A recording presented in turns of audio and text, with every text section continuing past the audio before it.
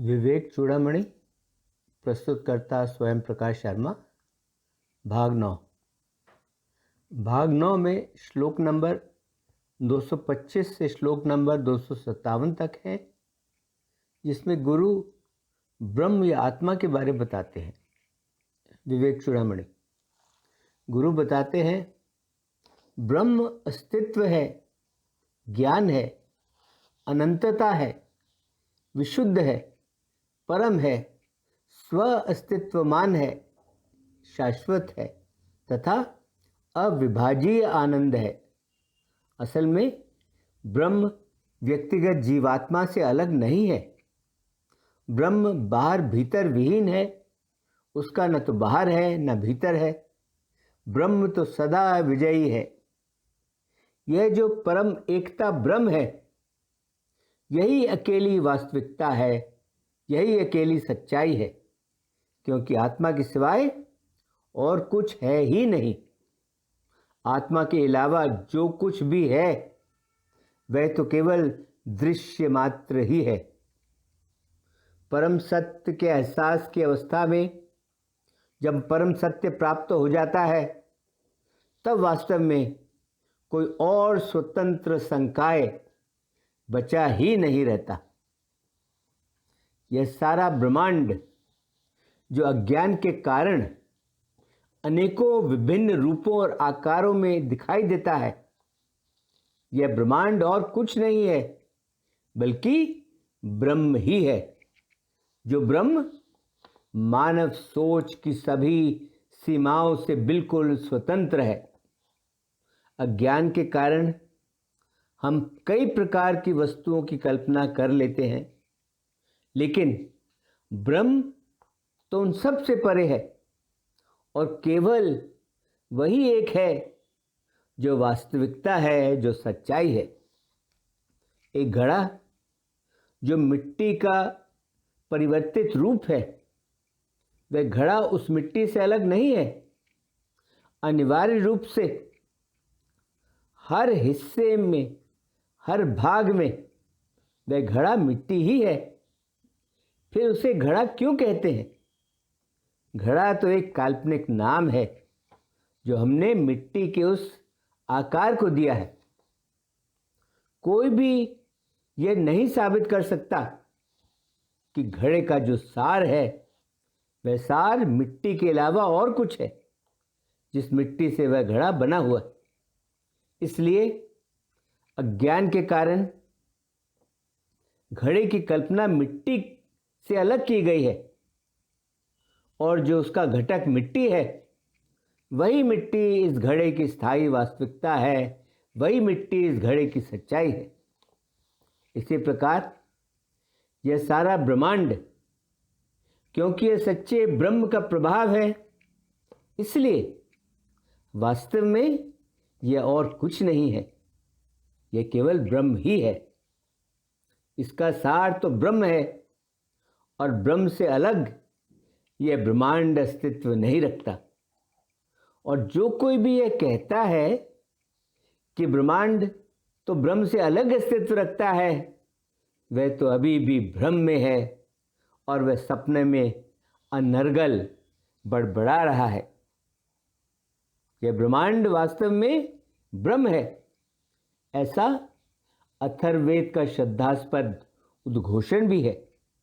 इसलिए यह ब्रह्मांड और कुछ नहीं, केवल ब्रह्म है, क्योंकि कोई भी वस्तु जो किसी और के ऊपर रखी गई है, जो किसी और के ऊपर अध्यारोपित की गई है, उसका उससे अलग कोई अस्तित्व नहीं होता।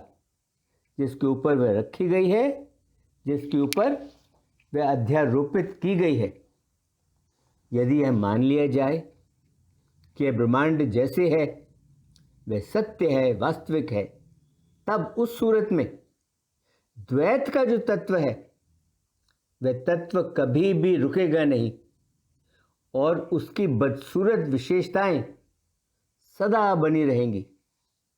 शास्त्र झुटलाए जाएंगे और ईश्वर स्वयं असत्य बोलने के दोषी होंगे। नेक मन वाले लोगों के लिए इन तीनों में से कुछ भी ठीक या स्वस्थ नहीं माना जाएगा, उन्हें ये स्वस्थ नहीं लगेगा, क्योंकि वह सर्वज्ञाता है।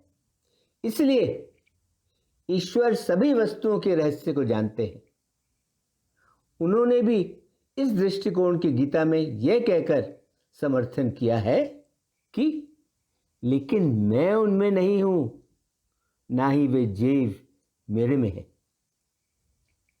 यदि यह ब्रह्मांड असल में वास्तविक है, तब तो यह गहरी नींद की अवस्था में भी देखा जाना चाहिए, लेकिन क्योंकि यह उस अवस्था में बिल्कुल नहीं देखा जाता, इसलिए सपनों की तरह यह ब्रह्मांड अवास्तविक है, यह ब्रह्मांड झूठा है। इसलिए ब्रह्मांड परम आत्मा से अलग अस्तित्व नहीं रखता, और यह सोच कि वह परम आत्मा से अलग है, वह सोच जो आकाश में नीलापन इत्यादि की विशेषताएं देखता है, उस सोच की तरह यह सोच भी असत्य है, झूठ है, क्योंकि कोई भी ऊपर रखी गई विशेषता उसके मूल के अलावा और कोई अर्थ और कोई मतलब नहीं रखती। यह तो केवल वह मूल ही है जो भ्रम के कारण ऐसा दिखता है। जो कुछ भी कोई भ्रमित व्यक्ति गलती से देखता या जानता है, वह तो केवल और केवल भ्रम है। चांदी जो मोती के सीप में दिखती है, वह चांदी तो असल में सीप ही है। यह जो ब्रह्म है, जिसे सदैव ब्रह्मांड माना जाता है, लेकिन जो ब्रह्म पर प्रक्षेपित किया गया है, जो ब्रह्म पर प्रोजेक्ट किया गया है, वह ब्रह्मांड तो केवल एक नाम ही है। असल में है तो वह ब्रह्म ही। इसलिए जो कुछ भी प्रकट है, जो है ब्रह्मांड है, वह तो स्वयं परम ब्रह्म ही है। वास्तविक, अद्वितीय, एक, जिस जैसा दूसरा और कोई नहीं है, विशुद्ध, ज्ञान का सार, कलंकहीन, शांत, आरंभ अंतहीन, गतिविधि से परे, परम आनंद का सार, माया के कारण जो विभिन्नताएं हैं, उन सब विभिन्नताओं को लांघते हुए शाश्वत, दुख दर्द से परे, अविभाज्य, अमाप, निराकार, अविभेदित, नाम रहित, अपरिवर्तनीय तथा स्वयं प्रकाशित। ऋषियों को उस सत्य का, उस ब्रह्म का एहसास हो जाता है। वे इस ब्रह्म को प्राप्त कर लेते हैं जिस ब्रह्म में ज्ञाता, ज्ञान तथा ज्ञात में कोई भेद नहीं रहता, जो ब्रह्म अनंत है, जो अलौकिक है और जो परम ज्ञान का सार है। क्योंकि यह कोई भौतिक पदार्थ नहीं है, बल्कि यह अपनी ही आत्मा है, इसलिए इसे ना तो फेंका जा सकता है, ना इसे ग्रहण किया जा सकता है या लिया जा सकता है। यह तो मन तथा वाणी की पहुंच से परे है। यह अमाप है, इसे मापा नहीं जाता, इसे मापा नहीं जा सकता। यह बिना आरंभ और अंत के है। यह सब प्रकार से परिपूर्ण है। यह तो व्यक्ति की अपनी ही आत्मा है और यह बेमिसाल महिमा वाली है। श्रुति बार बार तत्त्वम असि इस कथन द्वारा ब्रह्म और जीव की आपस में पहचान स्थापित करती है, जहाँ तत् ब्रह्म या ईश्वर है और त्वम जीव है। इस प्रकार तत् के साथ ब्रह्म या ईश्वर जुड़ा है और त्वम के साथ जीव। यदि इन दोनों तत् तथा त्वम में से इनके सापेक्ष संबंध या इनके रिलेटिव एसोसिएशंस हटा दिए जाते हैं, तब इनका जो अर्थ, इनका जो मतलब बताए जाने की कोशिश की जा रही है, वह इनका शाब्दिक या लिटरल मतलब नहीं है, बल्कि इनका निहित या इम्प्लाइड मतलब है। क्योंकि इनके जो शाब्दिक मतलबों में विशेषताएं हैं, वे विशेषताएं तो एक दूसरे के विपरीत हैं, जैसे कि सूर्य और एक जुगनू की, जैसे कि एक राजा और एक सैनिक की, जैसे कि एक विशाल सागर और एक छोटे से कुएं की, और जैसे कि विशाल मेरु पर्वत की और एक अति छोटे से छोटे अणु की। यह जो ईश्वर और जीव में अंतर विरोध है, यह अंतर विरोध तो अध्यारोपण या सुपर इम्पोजिशन द्वारा पैदा किया गया है और यह वास्तविक नहीं है। ईश्वर के मामले में यह अध्यारोपण माया या घोर अज्ञान द्वारा है। माया जो महत तथा ठोस अभिव्यक्तियों का कारण है, और जीव के मामले में यह अध्यारोपण 5 कोशों के कारण है, जो हैं भौतिक कोश या शरीर, प्राणाधार कोश, मनोमय कोश, बौद्धिक या ज्ञान वाला कोश तथा आनंदमय कोश। ये दोनों क्रमशः ईश्वर और जीव पर अध्यारोपण है। और जब इन दोनों अध्यारोपणों को ईश्वर और जीव के ऊपर से हटा दिया जाता है, तब न तो ईश्वर रहता है और न ही जीव। राजा का चिन्ह उसका राज्य है और सैनिक का चिन्ह उसकी ढाल है, और जब ये दोनों चिन्ह राजा और सैनिक के ऊपर से हटा दिए जाते हैं, तब न तो राजा रहता है न सैनिक। वे दोनों एक हो जाते हैं, उनमें सारे भेद मिट जाते हैं। अब तो यह निषेधाज्ञा है इत्यादि। वेद भी इन शब्दों द्वारा ब्रह्म में जो द्वैत है, ब्रह्म के उस द्वैत को नकारते हैं। व्यक्ति को चाहिए कि वह इन अध्यारोपणों को वेदों के अधिकार द्वारा स्थापित जो ब्रह्म का एहसास है, जो ब्रह्म की प्राप्ति है, उस एहसास, उस प्राप्ति के माध्यम से इन अध्यारोपणों को हटा दे, उन्हें खारिज कर दे। इस बात को जान लो कि ना तो यह सकल या स्थूल ब्रह्मांड आत्मा है, ना ही सूक्ष्म ब्रह्मांड आत्मा है। जिस प्रकार व्यक्ति एक रस्सी में सांप की कल्पना कर लेता है और जिस प्रकार हम सपने देखते हैं, उसी प्रकार यह ब्रह्मांड भी काल्पनिक है, और काल्पनिक होने के कारण यह सत्य नहीं है। इस प्रकार वस्तुनिष्ठ जगत को तर्क द्वारा नकार कर, उसे खारिज करके व्यक्ति को ईश्वर और जीव की जो बुनियादी एकता है, उस बुनियादी एकता का उसे एहसास होना चाहिए। उस एकता को व्यक्ति को प्राप्त करना चाहिए। इसलिए ये जो 2 परिभाषित शब्द ईश्वर और जीव हैं, इन दोनों शब्दों का मतलब बड़े ध्यान से, इनके निहित मतलब से जानना और समझना चाहिए, ताकि इन दोनों की सही और पूर्ण पहचान स्थापित हो सके। और यह करने के लिए जो तरीका अपनाना चाहिए, वह तरीका ना तो पूरी तरह नकारने का होना चाहिए और ना ही पूरी तरह स्वीकारने का होना चाहिए, बल्कि जो तरीका होना चाहिए वह इन दोनों तरीकों को मिलाकर वो तरीका होना चाहिए। जिस प्रकार इस वाक्य में कि यह वो देवदत्त है, उस व्यक्ति देवदत्त की पहचान इस तरह बताई जाती है जिससे सभी विरोधी भाग हटा दिए जाते हैं और उसकी सही पहचान हो जाती है, उसी प्रकार इस वाक्य तत् त्वम असि में भी दोनों तत् तथा त्वम के जो विरोधी तत्व हैं, उन विरोधी तत्वों को खारिज करके, उन विरोधी तत्वों को नकार कर ईश्वर और जीव की पहचान को अच्छी तरह दोनों के सार के साथ जान और समझ लो, जो है चित्त या परिपूर्ण परम ज्ञान।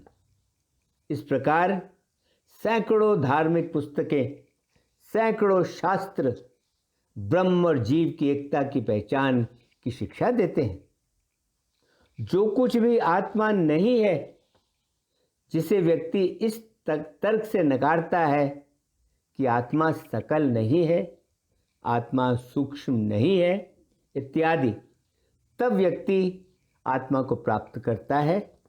जो आत्मा स्वस्थापित है, जो आत्मा आकाश की तरह किसी के साथ भी जुड़ी हुई नहीं है, और जो आत्मा सोच की सभी सीमाओं से परे है। इसलिए शरीर का जो यह काल्पनिक एहसास है, जो शरीर तुम देखते हो, उस काल्पनिक शरीर को तुम बर्खास्त कर दो, उस काल्पनिक शरीर को तुम खारिज कर दो। मिट्टी के सभी परिवर्तन, जैसे कि घड़ा, जो मन द्वारा सत्य या वास्तविक माने जाते हैं, वे सभी परिवर्तन हैं तो वास्तव में कुछ और नहीं बल्कि मिट्टी ही है। जिस प्रकार स्थान, समय, वस्तुएं, ज्ञाता इत्यादि जो सपनों में आते हैं, वे सभी अवास्तविक, वे सभी असत्य होते हैं। इसी प्रकार जो जगत जागृत अवस्था में अनुभव किया जाता है, यह सारा जगत भी व्यक्ति के अज्ञान के कारण ही है। और इसी प्रकार क्योंकि शरीर, अंग, प्राण, अहंकार इत्यादि भी असत्य हैं, इसलिए तुम तो वह शांत विशुद्ध परम ब्रह्म हो, तुम तो वह एक हो जिस जैसा दूसरा और कोई है ही नहीं। जो कुछ भी गलती से अस्तित्व रखा हुआ मान लिया जाता है, जब उसकी सच्चाई पता लग जाती है कि वह तो केवल वह मूल ही है, उस मूल से अलग नहीं है, तब यह जो विविध स्वप्न ब्रह्मांड है, जो स्वप्न में प्रकट होता है और स्वप्न में ही चला जाता है, क्या जागने पर यह ब्रह्मांड अपनी ही आत्मा से अलग दिखता है? वह ब्रह्म जो जाति और मजहब से परे है, जो परिवार और वंश से परे है, जो नाम और रूप के बिना है, जिसका न नाम है न रूप है, जो गुण और दोष, जो योग्यता और अयोग्यता से परे है, जो समय, स्थान तथा इंद्रियों की वस्तुओं को पार करता है, तुम तो वही ब्रह्म हो। अपने मन में इस पर ध्यान करो। वह परम ब्रह्म जो हर प्रकार की वाणी की सीमा से परे है, लेकिन जो ज्ञान के शुद्ध प्रकाश की आंख को प्राप्य है, जो विशुद्ध है, जो ज्ञान का मूर्त रूप है, जो आरंभहीन संकाय है, तुम तो वही ब्रह्म हो। अपने मन में इस पर ध्यान करो। वह जो क्षय, मृत्यु, भूख, प्यास, शोक तथा भ्रम की जो लहर है, उस लहर से अनछुआ है, जो योगी के हृदय द्वारा ध्यान किया जाता है, लेकिन जो ज्ञान इंद्रियों द्वारा पकड़ा या समझा नहीं जा सकता, जिसे बुद्धि नहीं जान सकती, और जो विवाद अतीत है, जो विवादों से परे है, जो परिपूर्ण है, तुम तो वही ब्रह्म हो। अपने मन में इस पर ध्यान करो। वह जो उसके अनेक विभिन्न उपभागों सहित ब्रह्मांड का मूल है, ब्रह्मांड का आधार है, जो ब्रह्मांड माया की कृति है, जिसका स्वयं कोई सहारा नहीं होता, जो सकल और सूक्ष्म दोनों से भिन्न है, अलग है, जिसके कोई भाग नहीं है, जिस जैसा दूसरा और कोई नहीं है, तुम तो वही ब्रह्म हो। अपने मन में इस पर ध्यान करो। हाँ, तुम तो वही ब्रह्म हो। अपने मन में इस पर ध्यान करो। इसके साथ ही विवेक चूड़ामणि का चौथा भाग संपन्न हुआ। ओम शांति शांति शांति ओम।